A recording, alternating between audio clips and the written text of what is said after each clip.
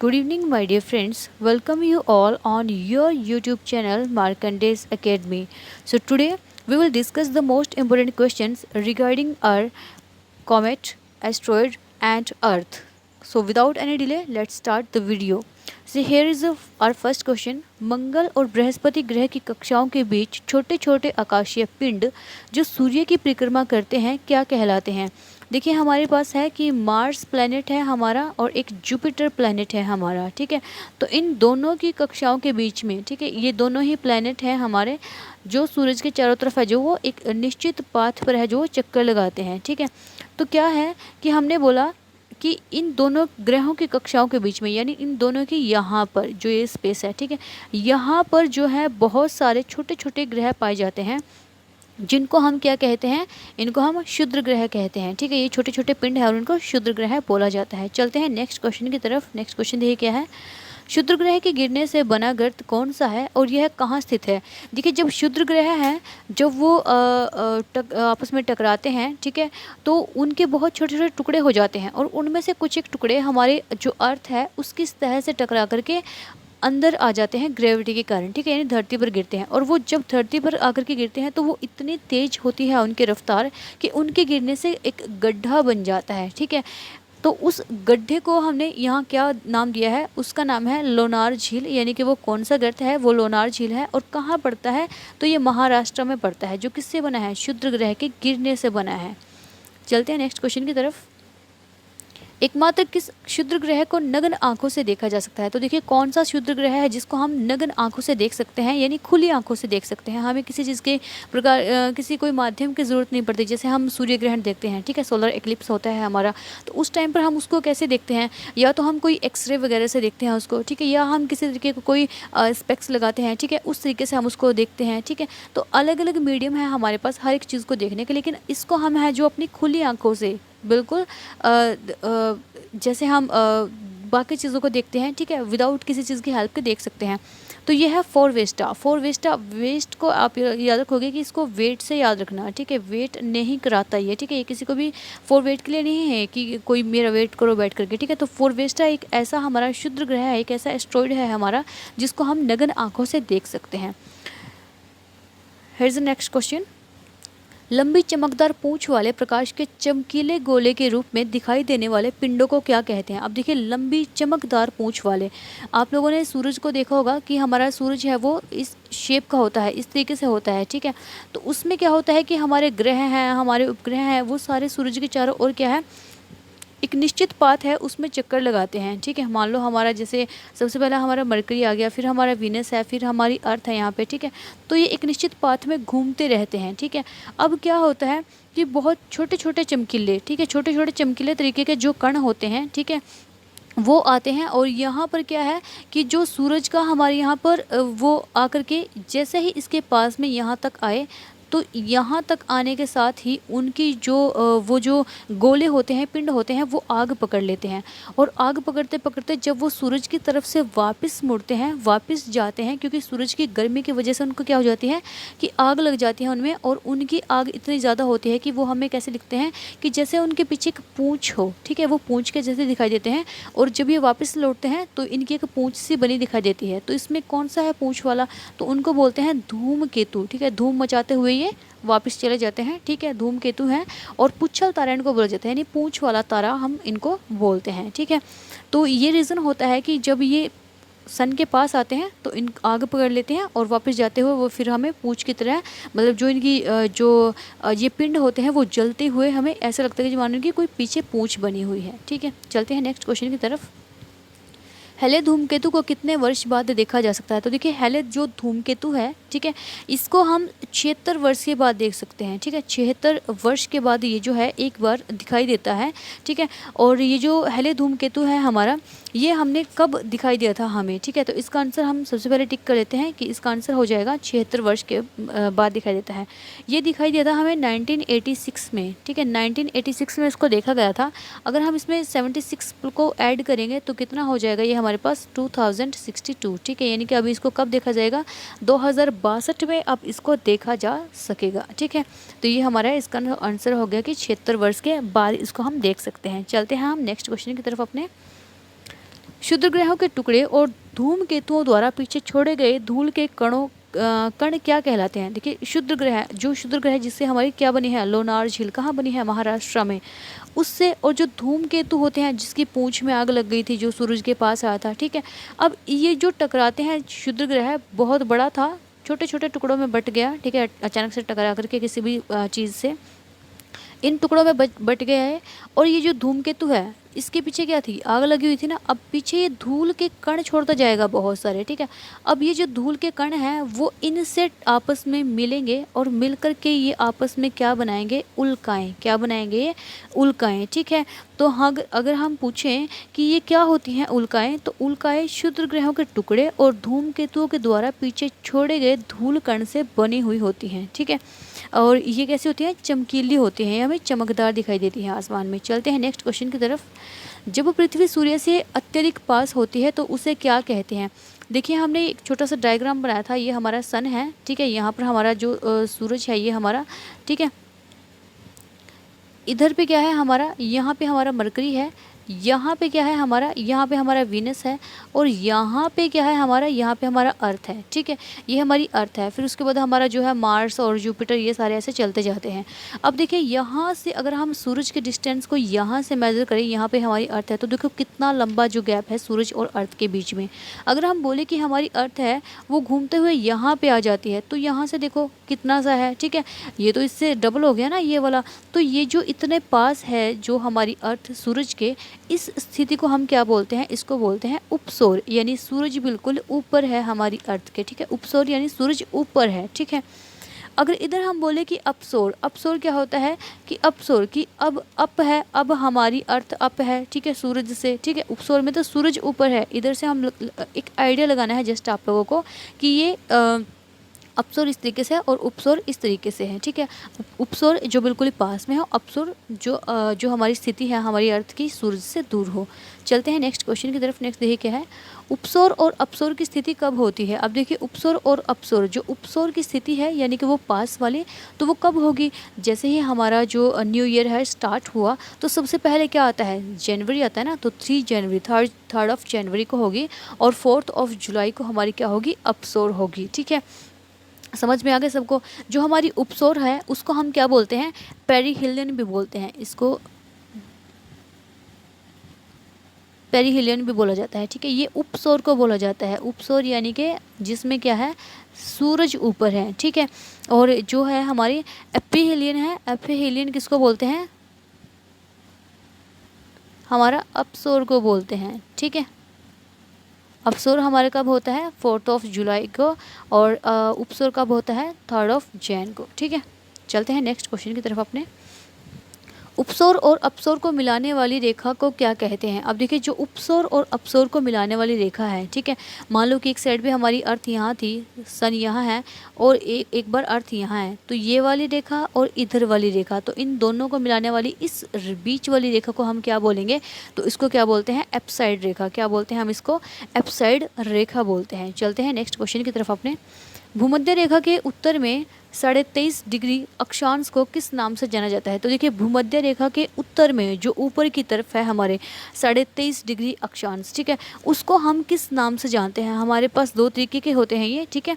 तो सबसे पहले हम 23.5 डिग्री उत्तरी अक्षांश को किस नाम से जानते हैं? कर्क रेखा के नाम से, ठीक है।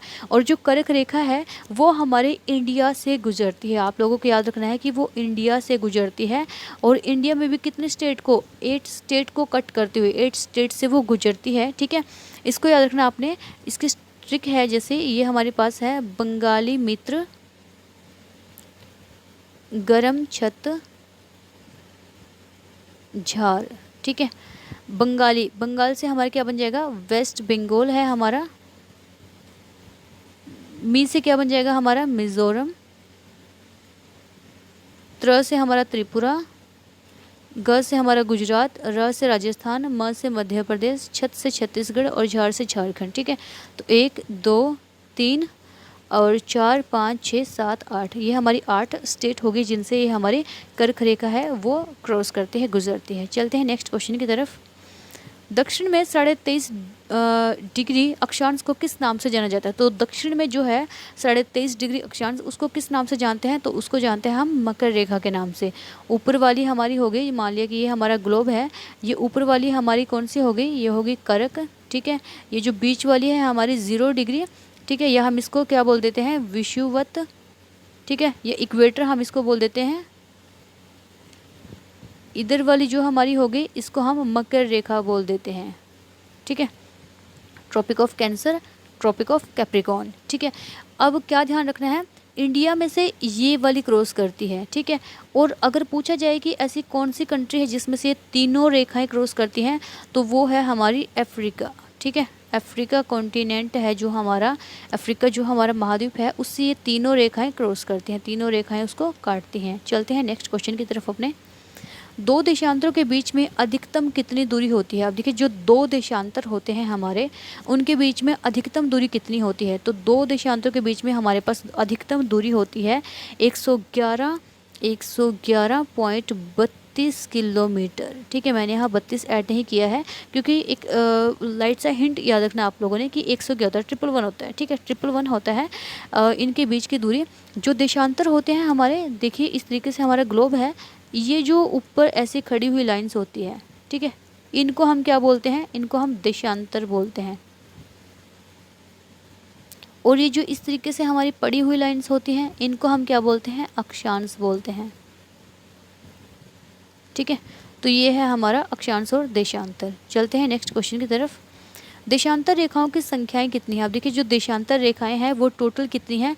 तो वो है टोटल 360। अब अगर हम पूछे कि अक्षांश कितनी हैं, ठीक है, तो अक्षांश जो रेखाएं हैं वो 180 हैं, ठीक है। लेकिन अगर हम जो अपने बीच वाली लाइन को, यानी कि जो हमारी ये वाली लाइन होती है जिसको हम 0 डिग्री या फिर जो इक्वेटर बोलते हैं, अगर हम इसको भी साथ में ऐड करें तो एक ये हो जाती है +1, यानी कि 181 हमारे पास है अक्षांशों की संख्याएं होती हैं, और 360 हमारे पास क्या होती हैं? देशांतर होती हैं। चलते हैं नेक्स्ट क्वेश्चन की तरफ। 1 डिग्री देशांतर की दूरी तय करने में पृथ्वी को कितने मिनट का समय लगता है? अब देखिए, अगर पृथ्वी हमारी 1 डिग्री देशांतर को तय करे, ठीक है, तो 1 डिग्री देशांतर को तय करने में उसको कितना टाइम लगता है? उसको लगते हैं हमारे 4 मिनट, ठीक है। 4 मिनट में हमारी पृथ्वी है 1 डिग्री देशांतर को तय करती है। चलते हैं नेक्स्ट क्वेश्चन की तरफ। 24 घंटे में पृथ्वी कितने डिग्री देशांतर घूम जाती है? तो कितने डिग्री देशांतर घूम जाती है? क्योंकि 360 डिग्री वो 360 लाइंस हैं, ठीक है। तो ऐसे भी हम थोड़ा याद रखेंगे कि 360 डिग्री, क्योंकि हमारी जो पृथ्वी है वो जहाँ से शुरू करती है वापस वहीं पर आकर के अपना जो चक्र है वो ख़त्म करती है। तो 360 ये घूम जाती है हमारी 24 घंटे में, क्योंकि 24 घंटे का क्या होता है? हमारा दिन और रात 24 घंटे के होते हैं ना, हमारे दिन 12 घंटे का और 12 घंटे की हमारी रात, ठीक है। तो एक दिन कितना हो गया? हमारा 24 घंटे का हो गया। तो इस तरीके से 360 डिग्री पे हमारी जो अर्थ है वो घूम जाती है। मान लो अभी यहाँ पर दिन है, अब अर्थ यहाँ से घूमी और यहीं आके रुक गई, तो यहाँ पे अभी क्या टाइम होगा? यहाँ से दिन से थोड़ा सा चली और यहाँ पे दोपहर हो गई, अब दोपहर ही हुआ पड़ी रहेगी, ठीक है। जब ये घूम के आएगी यहाँ शाम हो गई और फिर यहाँ वापस से फिर वही दिन हो गया। चलते हैं नेक्स्ट क्वेश्चन। किन रेखाओं के आधार पर किसी भी स्थान का समय ज्ञात किया जा सकता है? तो वो कौन सी रेखाएं हैं जिनके आधार पर हम किसी भी स्थान का जो समय है, टाइम है, उसको हम है जो वो देख सकते हैं कि ये इस तरीके से होगा? तो वो है हमारा देशांतर, ठीक है। तो देशांतर एक ऐसी चीज़ है जो हमारी ऐसे वाली लाइन थी, ये जो, ठीक है, हॉरिजॉन्टल लाइंस, इनके अकॉर्डिंग क्या कर सकते हैं हम कि किसी भी स्थान का जो है हमें टाइम है वो पता चल जाता है। क्योंकि इसमें से एक लाइन है बहुत मोटे वाली जिसको हम क्या बोलते हैं? GMT, ठीक है। GMT का मतलब क्या है? ग्रीनविच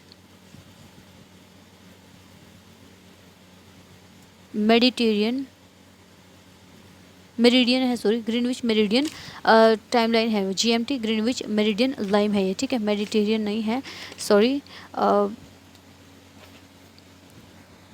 ठीक है, मेरिडियन टाइम, ठीक है। चलते हैं नेक्स्ट क्वेश्चन की तरफ अपने। दो देशांतर रेखाओं के बीच की दूरी को किस नाम से जाना जाता है? दो देशांतर रेखाओं के बीच की दूरी कितनी होती है? 111.32 किलोमीटर।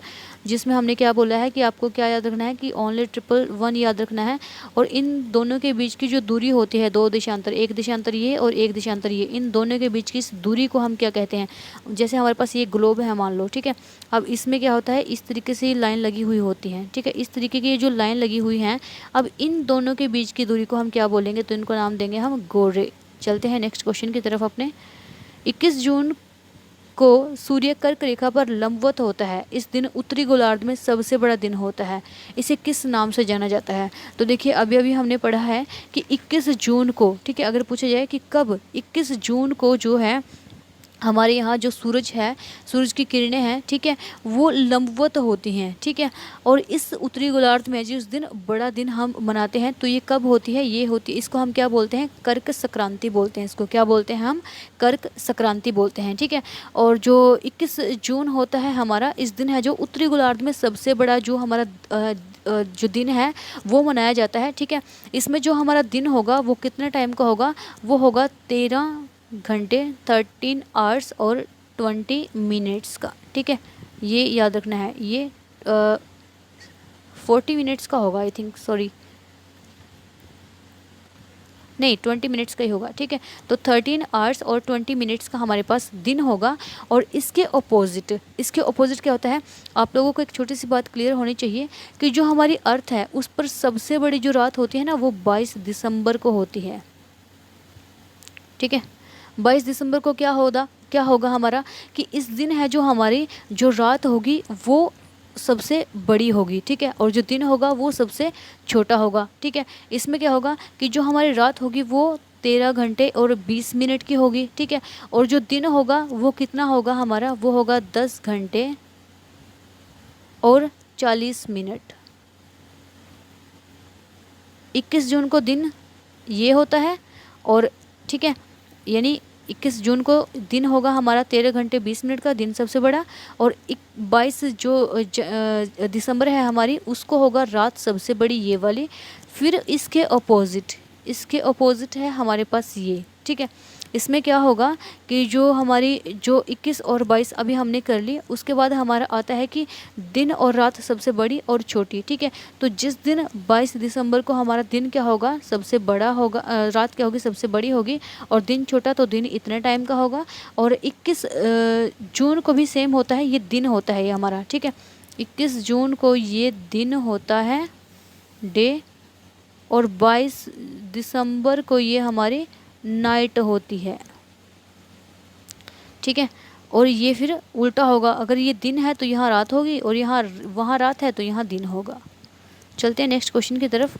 संपूर्ण पृथ्वी पर दिन और रात कब बराबर होते हैं। तो जो हमारी संपूर्ण पृथ्वी है, पूरी की पूरी हमारी पृथ्वी है, इस पर अगर हम देखें कि हमारा दिन और रात कब बराबर होते हैं, तो कब बराबर होते हैं हमारे दिन और रात, कब बराबर होंगे, तो ये होंगे 21 मार्च और 23 सितंबर को, ठीक है। 21 मार्च और 23 सितंबर को हमारे जो है दिन और रात बराबर होते हैं। क्योंकि क्या होता है, देखिए 21 मार्च और 23 सितंबर को इसमें क्या होता है कि जो हमारा 12 घंटे का तो दिन होगा, ठीक है, और 12 घंटे की ही हमारी इसमें क्या होगी, रात होगी, ठीक है। क्योंकि इसमें क्या होता है कि जो हमारी सूरज की किरणें हैं, ठीक है, 21 मार्च और 23 सितंबर को इसमें है जो सूरज की किरणें हैं वो बिल्कुल ही सीधी पड़ती हैं किस पर, हमारी विषुवत रेखा पर, ठीक है। जिससे क्या होता है कि जो दिन है और जो रात है वो इक्वल होते हैं दोनों, इन दोनों टाइम में, ठीक है। तो चलते हैं अभी अपने नेक्स्ट क्वेश्चन की तरफ। पृथ्वी पर दिन और रात छोटे और बड़ा होने का क्या कारण है। तो देखिए पृथ्वी पर दिन और रात छोटे बड़े होने का क्या रीज़न है, क्यों होते हैं छोटा और बड़ा। तो ये हो सकता है कि पृथ्वी का अपने अक्ष पर झुके होना, क्योंकि हमारी पृथ्वी बिल्कुल ऐसी गोल नहीं है, हल्की सी वो ऐसे अपने अक्ष पर झुकी हुई है। अब मान लो सूरज हमारे यहाँ पर है, ठीक है। अब ये वाले हिस्से पर जो है हमारी सूरज, ये अर्थ की सूरज की जो लाइट पड़ रही है, अब इतने से हिस्से पर पड़ रही है ना, 1/3 पर, बाकी तो सारा ऐसे कैसा पड़ा हुआ है हमारा, ठीक है। तो इसका अपने अक्ष पर झुके होने के कारण दिन और रात है जो वो छोटे और बड़े होते हैं, ठीक है। चलते हैं नेक्स्ट क्वेश्चन की तरफ। जब चंद्रमा पृथ्वी और सूर्य के बीच आ जाता है तब किस प्रकार की स्थिति होती है। अब देखिए चंद्रमा जब सूर्य और पृथ्वी के बीच में आ गया तो कैसी स्थिति होगी, तो हमारा क्या होगा, चंद्र ग्रहण होगा, हम सॉरी सूर्य ग्रहण होगा, ठीक है, सूर्य ग्रहण पे किया मैंने, तो सूर्य ग्रहण होगा उस टाइम पर हमारा, क्योंकि देखो यहाँ पर हमारा सूर्य है, ठीक है, और यहाँ पे हमारे जो है अर्थ हमने बनाई है, और यहाँ पर बीच में हमारा क्या आ गया, चंद्रमा आ गया इन दोनों के बीच में, ठीक है। अब ये जो वाला हिस्सा है, जो ये वाला हिस्सा है, ये चांद ने इसका छिपा लिया ना ये वाला हिस्सा, तो जो यहाँ वाले लोग हैं इनको तो ये वाला हिस्सा दिखाई ही नहीं देगा, क्योंकि बीच में कौन आ गया, दिन में चांद आ गया ना इस बीच में, तो इन वाले लोगों को ये हिस्सा नहीं दिखाई देगा। तो यहाँ वाले लोगों के लिए क्या होगा, सोलर एक्लिप्स हम जिसको बोलते हैं, ठीक है, तो ये इन लोगों के लिए होगा, यानी कि सूर्य ग्रहण इस टाइम पर है हमारा होगा, ठीक है। सेम ऑपोजिट हमारा दूसरे सिचुएशन में होता है जब हमारा चंद्र ग्रहण होता है। चंद्र ग्रहण में क्या होता है कि यहाँ पे हमारी क्या है, यहाँ पे हमने बना दी अपनी सूरज बना दिया, ठीक है, और इधर पे हमने अपनी अर्थ बना दी, और इधर पे हमने अपना मून बना दिया, ठीक है। तो यहाँ पे क्या होता है कि ये जो अर्थ आ गई ना बीच में, अभी अब जो सारी लाइट है वो इस पर पड़ रही है हमारी अर्थ पर, ये वाला हिस्सा दिख ही नहीं रहा हमारे चांद का, ठीक है, तो ये वाला हिस्सा नहीं दिखेगा और ऊपर ऊपर वाला हिस्सा दिखेगा, तो यहाँ पे क्या माना जाएगा कि हमारा चंद्र ग्रहण हो गया है। चलते हैं नेक्स्ट क्वेश्चन की तरफ अपने।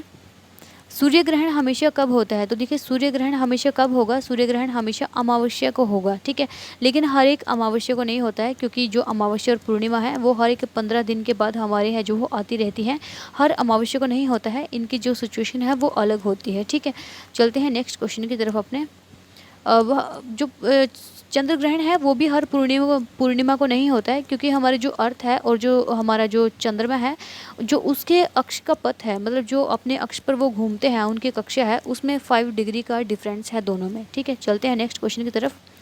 अंतर्राष्ट्रीय तिथि रेखा को अन्य किस नाम से जाना जाता है, तो जो हमारी अंतर्राष्ट्रीय तिथि रेखा है, ठीक है, यानी कि जो हमारा GMT है, ग्रीनविच मेरिडियन टाइम है जो हमारी, ठीक है, उसको हम अन्य किस नाम से जानते हैं, तो उसको हम बोलते हैं 180 डिग्री, ठीक है, 180 डिग्री के नाम से भी हम इसको जानते हैं। तो 180 डिग्री देशांतर को ही हम क्या बोलते हैं, अंतर्राष्ट्रीय तिथि रेखा कहा जाता है। और क्योंकि इस रेखा के दोनों ओर तिथियों में 1 दिन का अंतर आता है, ठीक है, ये जो रेखा है हमारी, इसी रेखा के दोनों ओर है जो तिथियों में जो है अंतर आता है, ठीक है। जैसे अगर ये वाली लाइन है हमारी इधर, ठीक है, 180 है ये, या फिर हमारी GMT हम इसको मान लेते हैं, इधर वाला दिन है जो हमारा अगर मंगलवार है, ठीक है, इधर वाला अगर हमारा ट्यूसडे है, ठीक है, तो इधर वाला क्या होगा, हमारा मंडे होगा, क्योंकि ये ईस्ट साइड है ना हमारी, तो ईस्ट साइड हमेशा आगे चलती है, वेस्ट साइड थोड़ा पीछे चलती है, ये इसके पीछे पीछे है, ठीक है। चलते हैं नेक्स्ट क्वेश्चन की तरफ अपने। ग्रीनविच देशांतर और 180 डिग्री देशांतर के बीच में कितने घंटे का अंतर होता है, तो देखिए ग्रीनविच देशांतर और जो है हमारी 180 डिग्री देशांतर, ठीक है, उनके बीच में कितने घंटे का अंतर होता है, तो इनके बीच में होता है हमारे पास 24 घंटे का अंतर, ठीक है। तो 24 घंटे का अंतर होता है हमारे ग्रीनविच देशांतर और 180 देशांतर के बीच में, ठीक है। चलते हैं हम अपने नेक्स्ट क्वेश्चन की तरफ।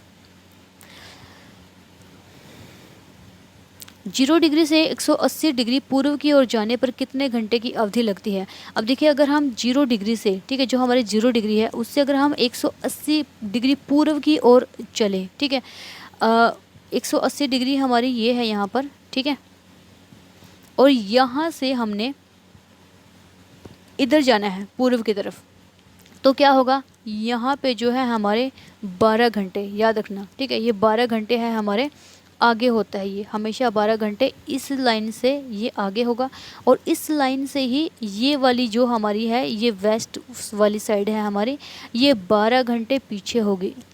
इसलिए तो जो हमारा इंडिया है वो यहाँ ईस्ट साइड में है ना वो, ठीक है, तो 5.5 घंटे है जो वो आगे चलता है हमारी ये वाली चीज़, ठीक है। चलते हैं अपने नेक्स्ट क्वेश्चन की तरफ।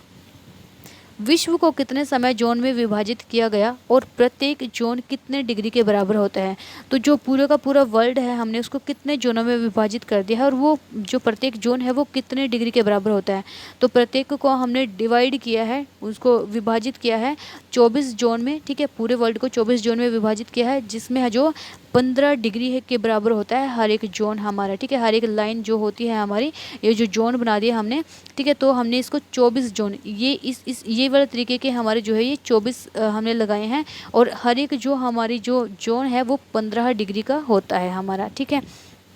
चलते अपने नेक्स्ट क्वेश्चन की तरफ। भारत का मानक समय किस रेखा से निर्धारित किया जाता है? तो देखिए जो हमारी भारत है, भारत का जो मानक समय है यानी भारत में हम किस तरीके से डिसाइड कर पाते हैं, जैसे हमने एक बार हमारे अपने लास्ट वीडियो में किया था कि हमने क्या किया था कि अरुणाचल प्रदेश में हमारे यहाँ सबसे पहले सूरज निकलता है, ठीक है, अरुणाचल प्रदेश में। तो अरुणाचल प्रदेश का जो टाइम है हमारे गुजरात के टाइम से कितना आगे बताया था हमने, 2 घंटे का फ़र्क बताया था ना। तो 2 घंटे का फ़र्क तो हमारे इंडिया में ही आ गया, हमारे अरुणाचल प्रदेश और हमारे गुजरात के टाइम में, ठीक है। क्यों? क्योंकि जो हमारी जो मानक समय है, जो हमारी मानक रेखा है, वो कहाँ से निकलती है, वो इलाहाबाद के निकट जो मिर्ज़ापुर है ना, ठीक है, यूपी में पड़ता है हमारा इलाहाबाद में, इलाहाबाद, और उसके पास में मिर्ज़ापुर है, तो वहाँ से गुजरती है ये, ठीक है। और इसका टाइम है जो कितना कितना टाइम आगे है ये हमारी, ये 5.5 घंटे, ठीक है जो वो हम आगे हैं, ठीक है। यानी कि क्या होता है कि जब ग्रीनविच में दोपहर के 12 बजे हों तो उस समय भारत में शाम के कितने बजे होंगे, 5:30 बजेंगे, ठीक है। ये इस तरीके से होती है। और इसी तरीके से हमने बहुत सारी कंट्रीज़ हैं हमारे जिनको हमने अलग अलग जोन में डिवाइड किया है। जैसे अगर हम बात करें अपने संयुक्त राज्य अमेरिका की, ठीक है, यानी कि हमारा जो यूएसए है, यूएसए को हमने कितने 7 जोन में हमने इसको डिवाइड किया है, ठीक है। अगर हम बात करें अपने रशिया की या रूस की, ठीक है, तो रशिया को हमने कितने 11 जोन में हमने, टाइम जोन में हमने डिवाइड किया, क्योंकि देखो कंट्री भी तो कितनी बड़ी है ना, वो पूरे वर्ल्ड की सबसे बड़ी कंट्री है, और वो तो 14 हिस्से हो गए थे हमारे रशिया के, वरना तो आज बहुत ही मतलब एक विशाल कंट्री होती वो, ठीक है। आज भी देखो वो 2 कॉन्टिनेंट में पड़ती है हमारी, एशिया में और यूरोप में, ठीक है। तो दोनों कॉन्टिनेंट में उसको गिना जाता है, इसलिए हम बोलते हैं कि उसके एक हिस्से में दिन होता है, एक हिस्से में रात होती है। अगर एशिया वाले हिस्से में क्या है, सन की लाइट है, तो वहाँ दिन होगा, और यूरोप वाले हिस्से में हमारी क्या होगी, नाइट होगी। तो इस तरीके से ये जो है हमारा दिखाया गया है, ठीक है। उसी तरीके से जो हमारा ऑस्ट्रेलिया है, ऑस्ट्रेलिया कॉन्टिनेंट है, इसको हमने 3 टाइम जोन में इसको डिवाइड किया है, ठीक है। हमारे इंडिया में तो है ही, छोटा सा इंडिया है हमारा, ठीक है। चलते हैं नेक्स्ट क्वेश्चन की तरफ। प्रत्येक गोलार्ध को ताप के आधार पर बांटने वाले भाग को क्या कहते हैं? अब देखिए हर एक जो गोलार्ध होता है हमारा, ठीक है, गोलार्ध क्या होता है हमारा कि हमारी अर्थ का ही एक छोटा सा प्रतिरूप, जैसे कि हमारा ग्लोब होता है, ये हमारा ग्लोब रहा, ठीक है।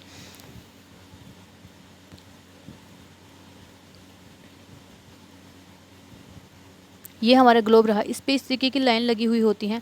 तो इसको जो प्रत्येक गोलार्ध को ताप के आधार पर, अब मान लो ये वाला ताप है, यहाँ सन की लाइट सबसे ज़्यादा पड़ रही है इस वाली लाइन पर, ठीक है, तो यहाँ ताप ज़्यादा होगा। ये वाला हिस्सा है इसमें थोड़ा सा कम होगा, ठीक है, दोनों इसके आसपास पड़ते हैं ना, इनमें थोड़ा सा कम होगा, ठीक है, होगा लेकिन थोड़ा सा कम होगा। जो ऊपर वाले हैं इनमें फिर इनसे थोड़ा कम होगा, और इसमें भी फिर उतना ही होगा, ठीक है। और ये जो ऊपर वाले हैं इनमें सबसे कम होगा। तो इसी तरीके से जो ये वाला एरिया है जो हमें बताता है कि ताप यानी कि टेम्परेचर किस तरीके से इंक्रीज़ होता है या डिक्रीज़ होता है, तो उसको क्या बोलते हैं, कटिबंध बोलते हैं, उसको क्या बोलते हैं, ट्रॉपिकल जोन बोल देते हैं हम उसको, ठीक है, जोन बोल देते हैं। जैसे हमारा ट्रॉपिकल जोन हो गया, हमारा सब ट्रॉपिकल जोन हो गया, ठीक है, वो हम डिस्कस करेंगे।